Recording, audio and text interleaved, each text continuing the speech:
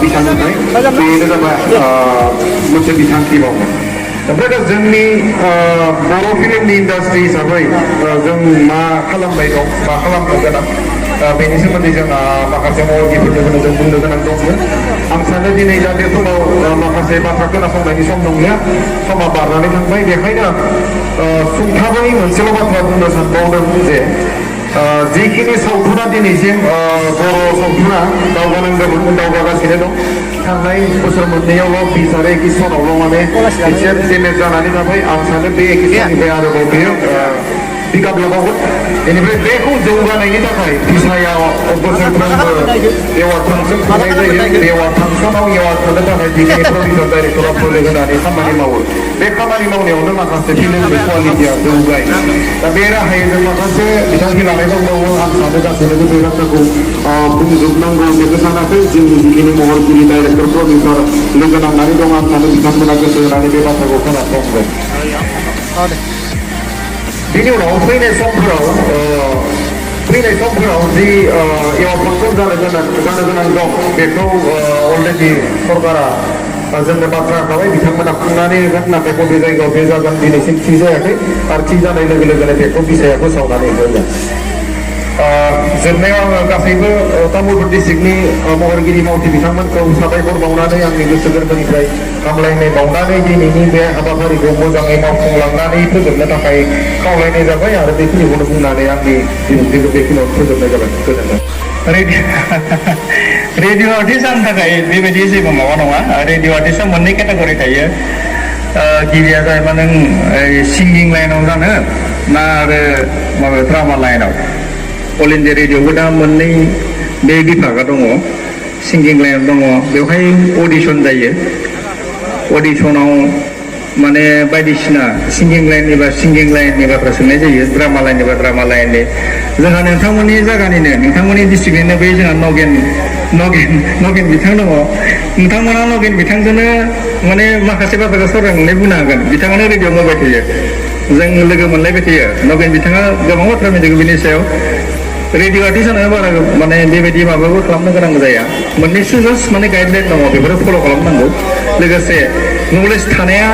मोजां बे मोजां थाथ्राबाथ' आरो गावबा गावनि थाखायनो गाज्रि जेनेबा एक्टिङानो बुं बा सिंगिङानो बुं बेवहाय गावबा गाव नलेज थानायाथ' बे माने मांसनि होनना बुङो जेनेबा बे मोजां आरो गावनि निजेनि थाखायनो मोजां आसा खालामो नोंथांमोननि बे हालामनिफ्राय गोबां जाखांफुनाय गोदान महरगिरिफोर आर्टिस्टफोर ओंखारगोन आरो दासान्दि ओंखारनायबो दङ नुबोनायबो दङ आरो इयुन समाव नोंथांमोननिफ्राय गोबां बेबायदिनो मोजां आर्टिस्ट ओंखारगोन लोगोसे बेफोरबायदियाव स्पेसियेलि माने मेनलि बिफाव लागोन होननानै आङो दिनै तामुलपुर जिल्ला बिसाखौ माने मिजिं थिदों तामुलपुर डिस्ट्रिक्ट बिसा हिसाबै बिथांमोना गोबां माने जाखांफुनाय दा दङ अनसु ब्रह्म बिथांखौबो गावनि सिनायथिखौ लानो खावलायबाय लोगोसे बांद्राय आफादनिफ्राय गांसे आर'नाइजों मान बावनो खावलायबाय बिथाङा फैनानै बे समाव दङ जुलि ब्रह्म मेकापमेन बिथांखौबो गावनि सिनायथिखौ लानो खावलायबाय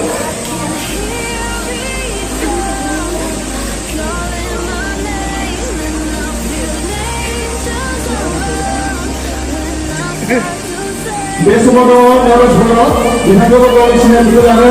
खावलायबाय प्रडिउसार बिथाङा नरेश बर' आरो गावनि सिनायथिखौ लानो खावलायबाय बिथाङा दुलाराय बर' हारिमु आफादनि साबायखर थाबाय बिथाङा गावनि सिनायथिखौ लानायनि थाखाय दा दङ जोंनि तामुलपुर जिल्ला बिसिएनि बोसोरगिरि लोगोसे मोनसे समनि तामुलपुर जिल्ला बर' सिनेमा आर्टिस्ट एसोसिएशनखौ गायजेननाय समाव बिथाङा गिबियै गाहाय नेहाथारि बिबान बानस'नानै बिबान रुजुनबोदोंमोन लोगोसे बिथाङा जेरै दुलाराय बर' हारिमु आफादाव बिथाङा सासे मैखोमै दैदेनगिरि महरै खामानि मावबोदों बिथाङानो जाहैबाय बिद्युत बर' एक्टर डिरेक्टर बिथांखौ जोङो गावनि सिनायथिखौ लानो खावलायबाय लोगोसे बारदाय आफादनिफ्राय गांसे आर'नाइजों मान बावनो गाहाय नेहाथारि बिथांखौ खावलायबाय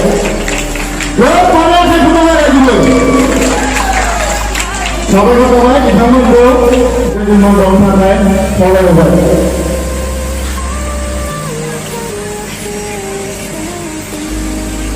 साबायखर थाबाय जोंनि मान बावनाय बाथ्रा लानायनि थाखाय बे समाव शिवा बसुमतारी नेशनेल रेजिं एक्टर बिथांखौ गावनि सिनायथिखौ लानो खावलायबाय लोगोसे गांसे आर'नाइ जों मान बावनो खावलायबाय गोबारै खालामनांगौ रायजो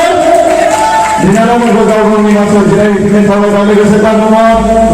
जोंनि तामुलपुर ओनसोलनि सासे मैखोम लिडारिस्ट बिथाङा जोंनि